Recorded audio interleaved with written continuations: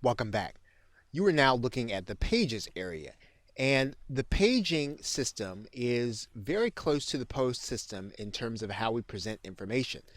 Now we're looking at this page because you'll need to know that pages, when they're set up, are either set up as child pages or they're set up as parent pages. Now everything that you see here is not set up as a child page, meaning WordPress treats this as a category all by itself. Now, when we create a page, we can create a page that is a child of any of these pages, or we can set it up so that it is a parent page like all the rest. So we're going to go ahead and we're going to start by clicking the Add New button. We're going to place our content into our post. We're going to get rid of some of this noise. Going to switch over to the visual editor. Going to make this again. We're going to do something with our subtitles, and we're going to hyperlink some of the information. Now, if you look to the right hand side, what you're going to notice is that we can determine that this can either be a parent page or it can be a child page, or we can determine what the parent page is, and you'll see all those pages before. So we want to make this a child page of the About category. We can do that. And when we click Publish, we'll actually see it. So let's go ahead and click Publish. And now let's go back to the All Pages area. And if you'll notice, that page is now treated as if it is a child page of the About section. So what we want to do now is take a look at the URL. And what you'll notice is that it's considered to be a child page. So you'll notice that there is the About section, and now there is our page name. So you'll want to take note of how the URL is going to appear when you actually do your pages in that way.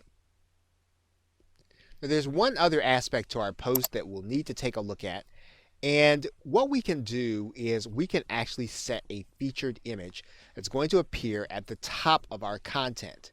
And so we can go and click this link and we can feature our content. Now it's not going to appear inside of the text as we did before. It's going to appear on top. So what we're going to do is we're going to click Update. And now we're going to take a look at our page. And you can see now that our page features the image at the top. So this is another alternative for you as you consider how you want your content to appear on your pages. Okay, so with that, thanks, and I will see you in another video.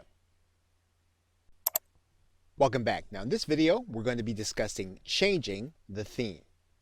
You are now looking at your WordPress dashboard, and we have been using one particular theme. And so as we go back to the Appearance area and go to the Themes section, you're going to notice that WordPress comes installed with 3 different kinds of theming elements. Now there are a couple of things that you can do. You can actually go and look for other themes, and you can do that by going to click the Add New button.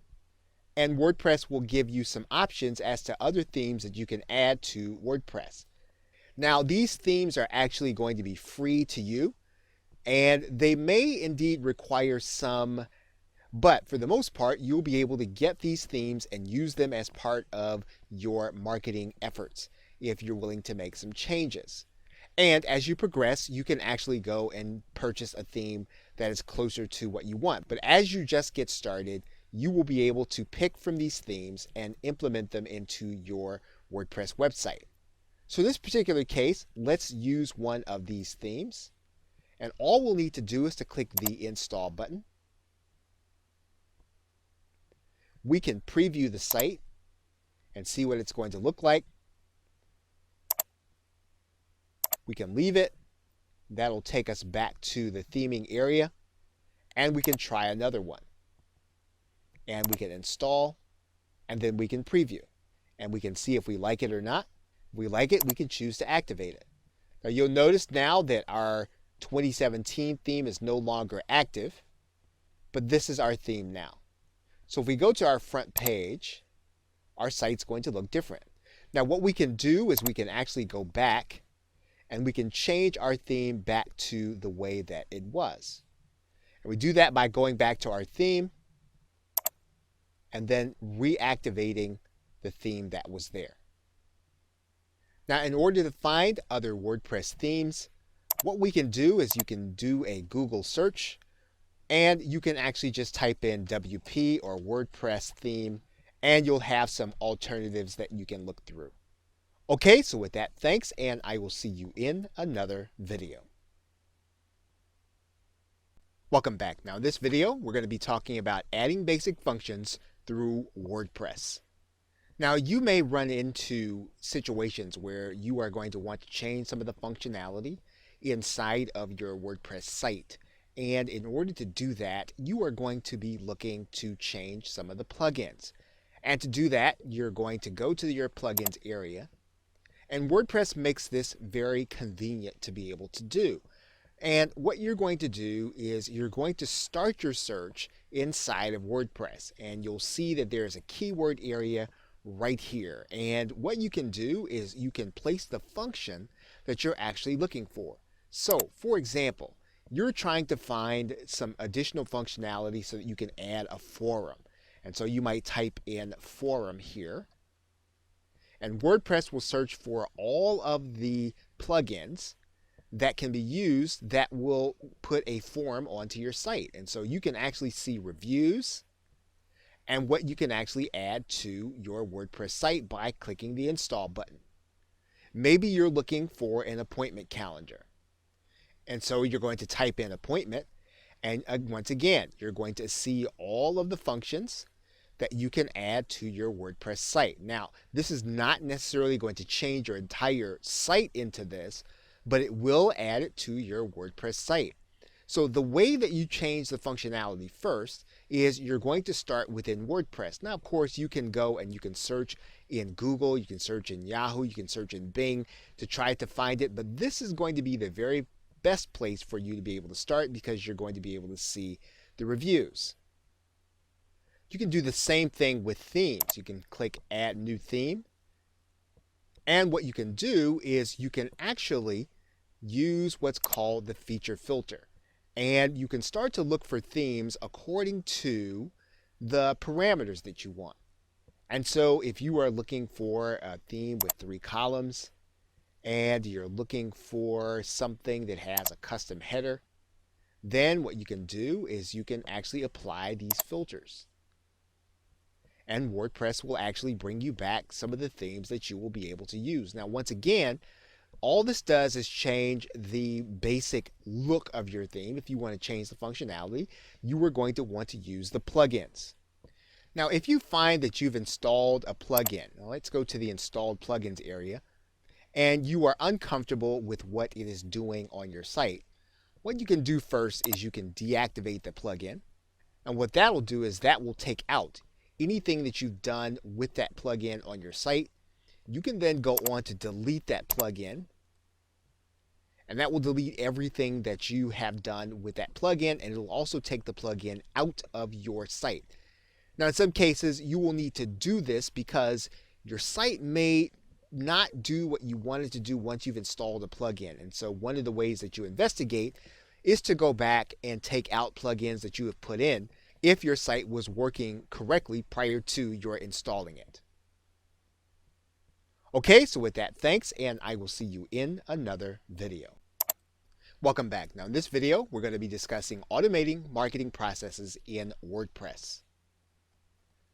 You're now looking at the Add Plugins section of WordPress, where we're going to discuss a more advanced feature of WordPress and being able to add in not only plugins that will change the functionality, but also plugins that will increase your automation over services that you're using in conjunction with WordPress. So for example, in the very same way that we did a search for different functionality, we can actually search for some of the services that we use in order to integrate them into WordPress. So for example, if we were to start with a keyword of Aweber, we would find that there are a number of developers with highly rated plugins that use Aweber and integrate it into our WordPress site.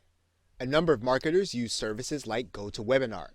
GoToWebinar also has plugin functionality that automates some of the processes inside of WordPress.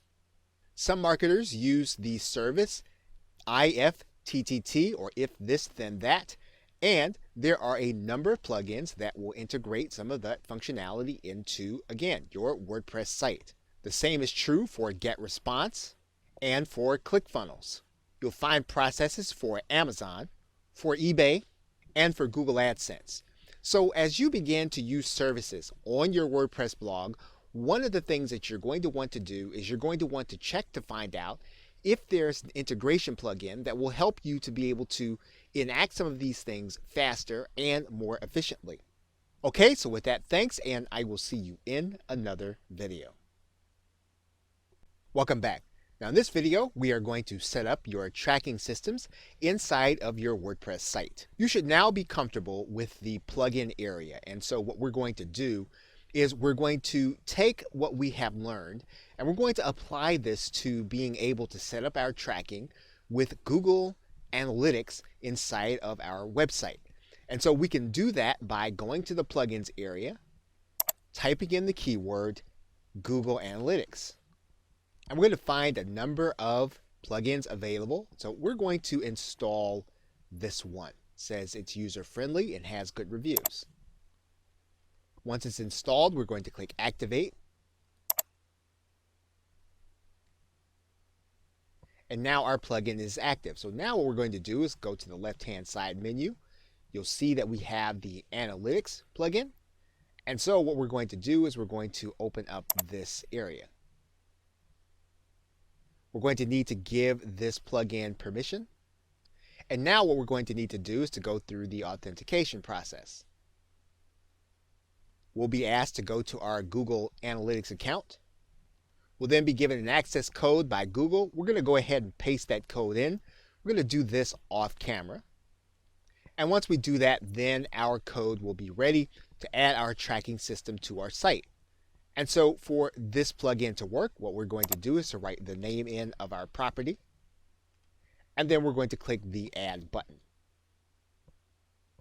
And once we go through the process, we will have then added Google Analytics to our WordPress site. And we will now be tracking visitors. We will now be tracking people that actually take action on our website. And we'll be able to look at the reports right inside of our WordPress dashboard, which is what we want. Okay, so with that, thanks, and I will see you in another video.